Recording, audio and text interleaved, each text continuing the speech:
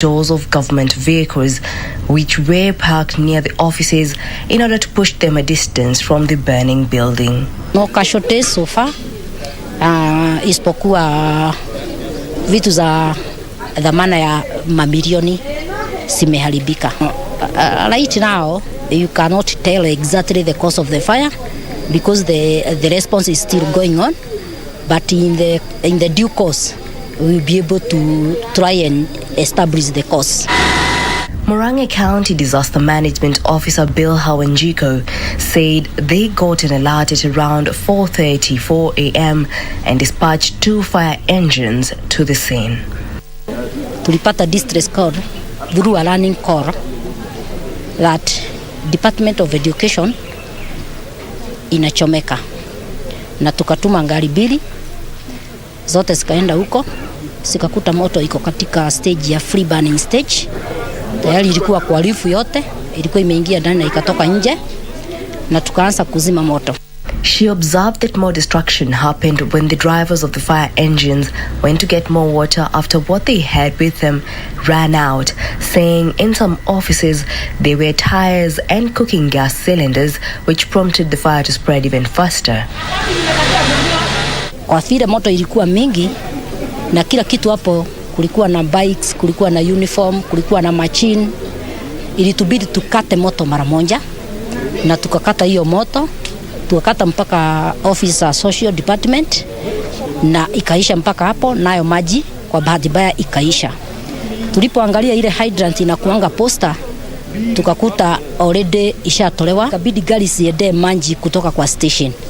Na katika harakati hiyo ya kuendea maji katika fire station, moto sasa ikatokea tena pande ya Department of Social Services, pahali kulikuwa na motorbikes, kulikuwa na tires, kulikuwa na cooking gas, na ndio sasa ikasababisha moto kutokea mara ingine katika building mzima. There was that water hydrant here. I think there could not have been more destruction as what you have seen here. Bill Hawanjiko called upon all officers in charge of government offices to occasionally carry out disaster management audit of their offices so as to ensure they are always ready to tackle occurrences of any form of disaster. Elsewhere, chaos erupted at Murang'a Farmers Cooperative Society in Embu as rival coffee farmers groups meeting called to chart the way forward turned physical over a controversial 66 million shillings loan facility secured by the management. Police had a hard time controlling the charged groups after the meeting come voting exercise ended abruptly as the situation degenerated into a physical brawl. The meeting had been called by the Directorate of Cooperatives Development to enable the divided farmers vote on whether to carry out an inquiry over the contentious loan and financial dealings by the management that a section of farmers were opposed to. The office recommended that the management could continue holding office subject to proper disclosure of financial dealings and make necessary amends. However, not all farmers agreed with the recommendation, demanding for forensic audit of the society that prompted the Directorate to call for a meeting for farmers to cast a vote to unlock the stalemate. A section of farmers saying they were not going to settle on anything short of forensic audit. Kuna mambo mingi sana hawakupata kwa society ya Murang'a, sababu kwa society ya Murang'a hakuna inventory book. Ndio wakasema kuna mambo mingi sana hawakuona, na ndio sisi kama wakulima tulipendekeza ni vizuri kukuwe na inquiry ifanywe Murang'a ili tunjue ni akina nani walikopa hii loan, ni akina nani walikula, ni akina nani walipeana nguvu ya kukopa, na hiyo pesa imekuliwa na akina nani, ili mwenye amekula hii pesa alipe mwenyewe. They have now called on Agriculture CS Peter Munya to intervene on the matter and to restore farmers' confidence to the cooperative. Those opposing the inquiry led by Benson Moshangi said the management should be allowed to complete its term set to end in September this year to avoid putting their current crop harvest in jeopardy. Vote tunataka hii mambo ya inquiry, lakini hiyo kahawa tayari kwa mikono ya hawa ambao tunataka kuondoza, lakini Sasa tukiwaondoza saa hii kawa yetu itaenda wapi? Tutalipwa na nani? Na wale ni watu wapi tutaweka kwa viti? Na wakikunja wafichwe ile ambayo walikuwa wanafanya na waende walipwe na kule ama waende wachukue pesa bandi ile nyingine. Sisi wakulima tumeumia. The embattled society chairman John Murang'a, however, says the Auditor General report gave the society a clean bill of health, noting that the heat was coming from a section of farmers who want to bring the society down. Lakini kuna kundi dogo tu ambao inataka kuharibu hizo zote, kwa maana wakiambiwa na watu wa serikali wakae na wafanya namna hii hawakuatii. Sisi sasa tukaonelea mkutano umalizike mpaka wakati nitaitana mkutano tena. Beatrice Gatonyetich, Lunchtime News. A section of women drawn from Kajiado County have raised concerns over what they claim is court delays of cases involving women's rights violation, as well as alleged police officers' involvement in Bangli cases reported by women in police stations. They now want the gender-based desk at police stations manned by a well-trained female officer on matters pertaining to women and their rights. In a women caucus dubbed Raise Voice, Don't Be Silent, held at Kajiado Town, it was noted that out of 10 cases on women rights violation, only 2 cases see the light of the day. Hardly are the culprits convicted. Kwa sababu issues za gender desk mara nyingi sana huwa zinataka evidence. Sasa unakuja pale, hata kama ameenda kureport, evidence haipatikani sana, na hata ikipelekwa kwenye mahakama mara nyingi huwa zinapotea, na ikipotea unakuta yule mama pia anachoka, and most of the time hawa mama pia hawana fedha, na mara nyingi pia hizi cases ukishaingia inahitaji fedha. Local administrators, however, noted that women rights violation cases have dropped, but acknowledged instances of chiefs and their assistants abetting gender-based violence in their areas of jurisdiction. Kajiado County currently we have really dropped on cases gender-based violence. This is through interventions, through the partners that have come to assist the government. And we are able to get even to the local communities to, number one, sensitize and create advocacy groups that are able to share information to us before it happens. The human rights activists now want the gender-based desk at police stations manned by well-trained female officers on matters pertaining to women and their rights. Mara nyingi challenges zinapata kwa maofisi, unakuta saa zingine gender desk, mwenye kwa gender desk haelewi kuhusu mambo ya jinsia. The Women Caucus has launched a village-to-village anti-women rights violation campaign seeking to enlighten more women on their rights. Jacqueline Masharia for Lunchtime News. Meanwhile, the Lamu County Security Committee has threatened to extend the curfew if citizens do not cooperate with security forces in an effort to track down terrorists who wreaked havoc in the area. County Commissioner Irungo Masharia says the cooperation from the public in apprehending the criminals has been low, resulting in only 10 suspects being arrested. By a section of members of public to the 30-day dusk to dawn curfew imposed by the government in Lamu has invited the wrath of Lamu County Commissioner Irungo Masharia. Masharia has threatened to extend the curfew if citizens do not cooperate with security forces in flushing out militia from the area. Wasiposhirikiana na sisi kuna uwezekano hata hiyo curfew kuongezwa masiku. So letu tunaomba tu tupate ushirikiano wa karibu sana na nyinyi ama wananchi kwa ujumla uweze kupata hawa maadui pale hapo, tuone ile yetu iko safe, tuendelee na biashara ya kawaida. Macharia was accompanied by other senior security officers and those who have fled their homes to return, saying security has been beefed up in the area.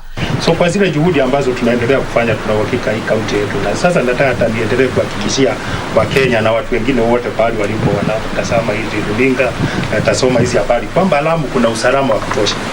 There is adequate security today and it is still a very safe destination for travel and trade. Watu wakuje tufanye biashara. Watoto wetu tunataka warudi shule juma lijalo, na mimi nataka kuhakikishia kwamba ikifanyika hivyo, sisi security tumeweka ni ya kutosha na tutaendelea kuongeza mahali ambapo inahitajika. The General Service Unit Commander Douglas Kanja has warned those who incite people to violence of dire consequences. Wale wana inciters, nataka kusema hivi, we don't have space for them. Hatuna. Maneno ya incitement is unacceptable. Mkenya yote ako na haki ya kuishi pande zote zaidi yetu. Lamu has in recent days witnessed a surge in deadly attacks believed to be waged by Al-Shabaab terrorist group, prompting the government to impose a 30-day dusk-to-dawn curfew. The attacks have left 13 people dead, including 4 police officers who were killed after their vehicles hit by an explosive device. The violence cast a dark shadow on Lamu Port development, despite assurances by the government that insecurity will not affect the viability of the facility. Timothy Kipnusu for Lunchtime News. Well, and on that note, we'll take a short break. But before we take that break, we shall be bringing you a report whereby ODM leader Raila Odinga is expected to give an address at the Mount Kenya University before proceeding to Thika Stadium. Our reporter Ben Chumba is on the ground and has more details. We'll be bringing you that report as we move on in the bulletin. For now, let's take that break.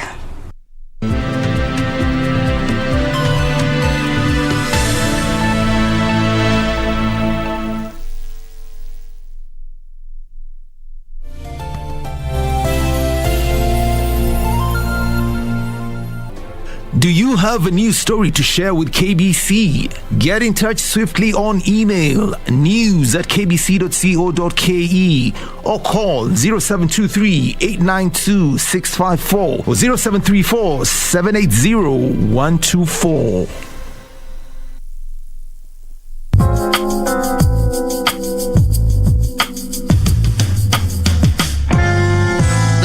You okay?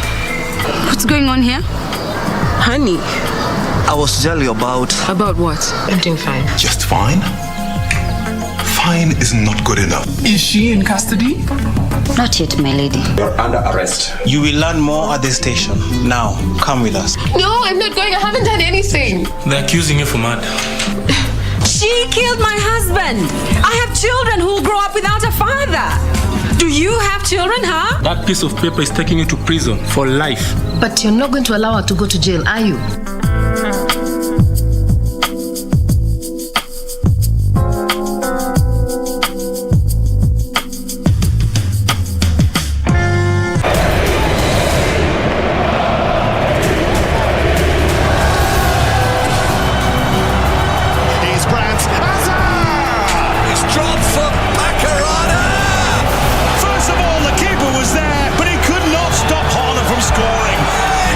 Christopher Bochtman!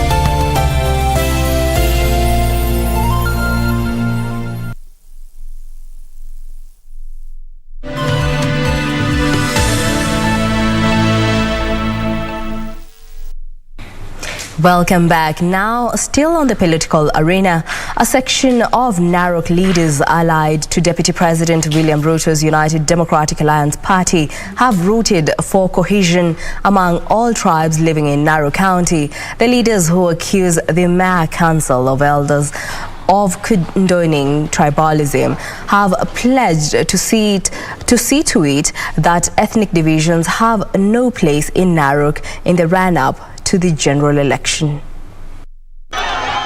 The Mayor Council of Elders have come under fire from some leaders from Narok County who claim the council is spearheading tribalism. Led by Youth Affairs Chief Administrative Secretary Pate Kolentutu, the leaders say the unity of persons residing in the cosmopolitan county is key as the country gears up to the August elections. Hakuna mtu alifanya application kuja kuishi hapa.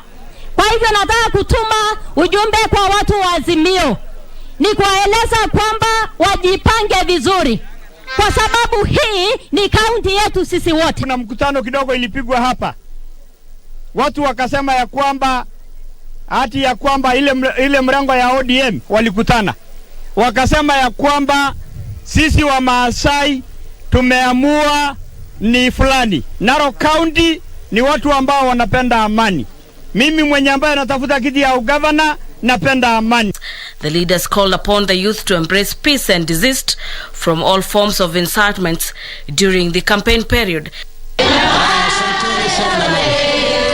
Meanwhile, the Pamoja African Alliance Party says it will support Azimio la Umoja in the presidential race, but will go it alone in 2027. Kumfanya mzee Raila Amolo Odinga rais si huja. Hiyo ni tisa. Kale kau lakini kuna pa hadi ho govern. Lakini 2027 kuna pa hadi tutapaa mpaka wapi? Hutaki chama cha Pwani, hutaki maendeleo ya Pwani, wewe si rafiki yetu. Katiba inasema ya kwamba vyama ndo vinaunda serikali. Munaunda serikali kama hamna chama nui? Mutaunda serikali kama hamna chama? The party leader Amason Kingi says the party will this year field candidates in other posts to gauge their popularity. For Lunchtime News, I'm Gladys Mungai. And away from the political arena, the government has reiterated its commitment to enhance service delivery and implementation of crucial projects meant to boost and support farmers across the country. Agriculture Cabinet Secretary Peter Munya and his water and sanitation counterpart Cecily Kariuki have said the government was working round the clock to ensure meaningful development projects are realized. Speaking at Oljoro Rock constituency, where they commissioned several water projects and gave out farming toolkits to farmers to boost their activities, the two cabinet secretaries said that the Kagongo Wendani irrigation project in Weru Ward is expected to serve over 800 households. It is funded by the Ministry of Agriculture through the Small-Scale Irrigation and Value Addition Project. The Agriculture Cabinet Secretary also oversaw the launch of the 1 million kitchen gardens plan that targets households and schools across the country, an initiative that is part of the economic recovery strategy to mitigate the effects of COVID-19 and boost income. Lengo hiyo tu ya kuhakikisha kuna food security na watu wamefunzwa mambo ya kujilimia wenyewe mboga zao karibu na nyumbani hapo. Ni hatua moja ya kupigana na hii shinda ya ukosaji wa chakula, na hii program pia tunaifanya kwa kaunti karibu zote. Munya adding that the government was committed to reintroducing 4K clubs in schools where learners will be trained on modern farming technologies. Watoto wetu waweze kujua kulima wakiwa wadogo, si ndio? Na tutoe ile kasumba ya kufikiria kilimo haina maana. Hakuna nchi ambayo hakuna watu wanalima. Hata ukienda Marekani wanalima. Ama unafikiri wanakula nini? Kwanza wengine wanalima zaidi mpaka wanatuuzia chakula sisi, na vile tuko na ardhi nzuri. Kwa hivyo watoto wetu nataka wasome hiyo, lakini tunataka wajue kusoma kulima kisasa wakitumia teknolojia na utaalamu. On her part, Water and Sanitation Cabinet Secretary Cecily Kariuki noted the government had already invested on water projects worth over 3.6 billion Kenya shillings since 2020 in Nyandarua County alone, a commitment she observed will help support residents get access to clean water. Kuko na project ya maji pekee 17 Ojororok pekee, na sio ile miradi kubwa, ni ile ya kupatia watu maji kwa kasi, ikiwapo miradi 7 ishakamilika. Na sio kware. Lunchtime News. A school in Murang'a has come up with a cultural day where students showcase their talent, bringing them closer to the school administration. The move, the school hopes, will help curb indiscipline and unruly behavior among learners in the wake of the recent school unrest witnessed in several parts of the country.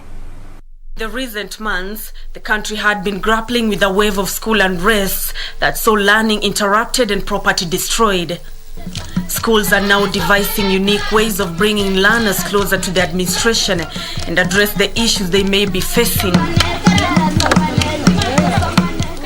Ruth Kiptui Kasok, a girls' school in Baringo North, has set aside a day for students to participate in activities such as dancing, cooking competitions, folk and cultural songs, poems, modeling, among others. In this year's competition, Adriana Gloria, a Form 1 student, emerged the winner of the modeling competition, a title that comes with gifts, including payment of school fees and school uniform. It is a chance to showcase my talent, my passion, what is deep inside, just to remove it and show it to everyone, and to also show people that you can make it, you can do it, if you believe in yourself and if you also trust God. The school's administration says that such initiatives play a key role in harnessing talent, while at the same time improving the relationship between learners and teachers. I don't think the girls of Ruth Kiptui girls have any time to think about banning of the school, because we have also encouraged dialogue. I talk to them more than just giving instructions. I listen to them most of the time, and because of this confidence that has actually been created through such activities, they are able to come to my office. I encourage them to come to my office anytime, and they are able to talk to me. It's a co-curricular activity that really helps the students to open up their minds, and they learn from other cultures as well, because there are diverse cultures in the school, students from different regions of the country. Nancy Okware, Lunchtime News.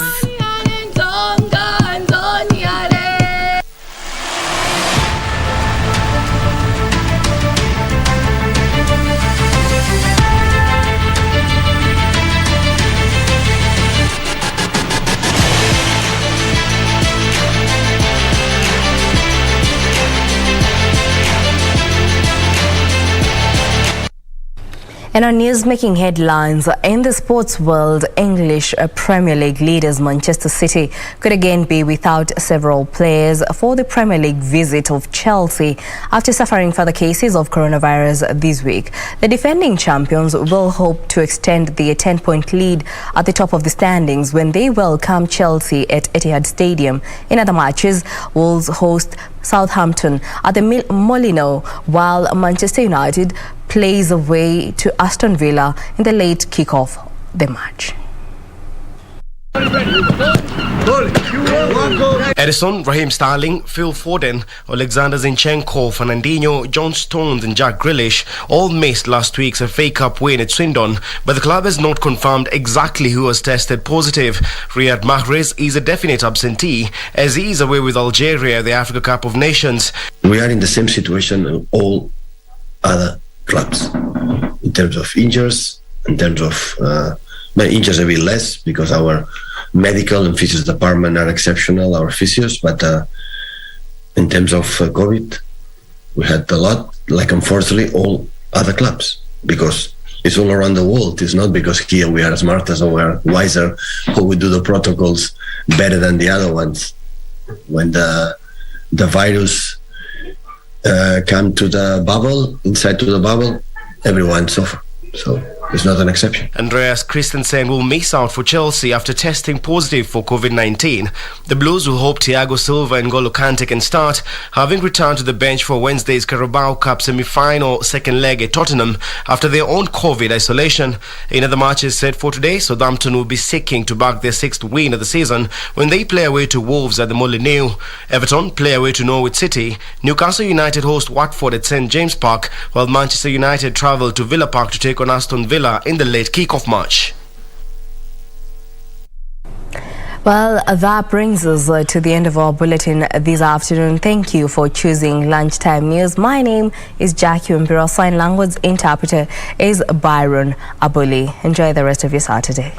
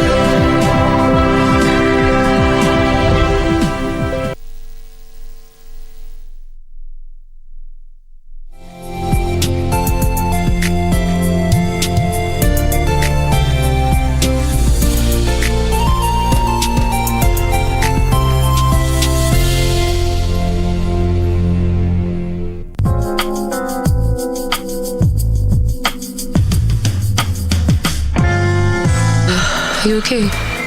What's going on here? Honey, I was to tell you about... About what? I'm doing fine. Just fine? Fine is not good enough. Is she in custody? Not yet, my lady. You're under arrest. You will learn more at the station. Now, come with us. No, I'm not going. I haven't done anything. They're accusing you for murder. She killed my husband. I have children who will grow up without a father. Do you have children, huh? That piece of paper is taking you to prison for life. But you're not going to allow her to go to jail, are you?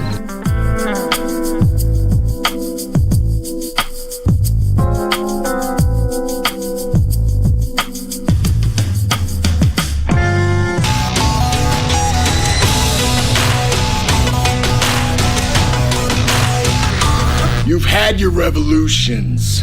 You've had your cartel wars, but you've never had global deals in violence. Farina de la Renta. Contra. Up and over? Wow!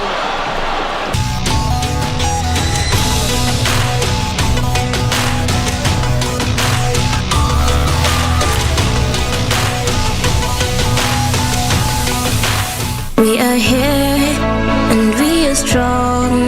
Let's be counted as we move on. Meet Nico, the paraplegic safari rally driver who, despite all odds, is doing everything possible to achieve his goals. I think it was a Sunday, and we drove about 100 kilometers, and we were training for an upcoming event. Unfortunately, I hit a ditch really badly, which threw me over, and the way I landed, I broke my spine. So for me, disability yangu nilitolewa macho completely. So maybe I can show that is how now I look whenever sina hiyo miwani. But because of this miwani, it's like I'm trying to jaribu kurudisha some shapes. We're unstoppable, incredible, 'cause we're differently abled, differently.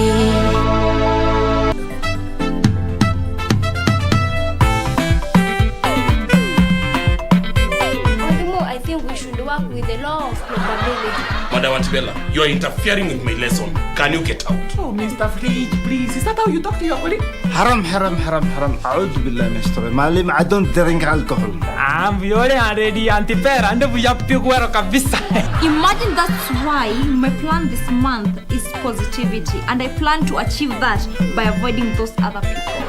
Bwana Kinyanju, that sounds like a fundraising group, Bwana. You come look for me after 10 years when you are desperate.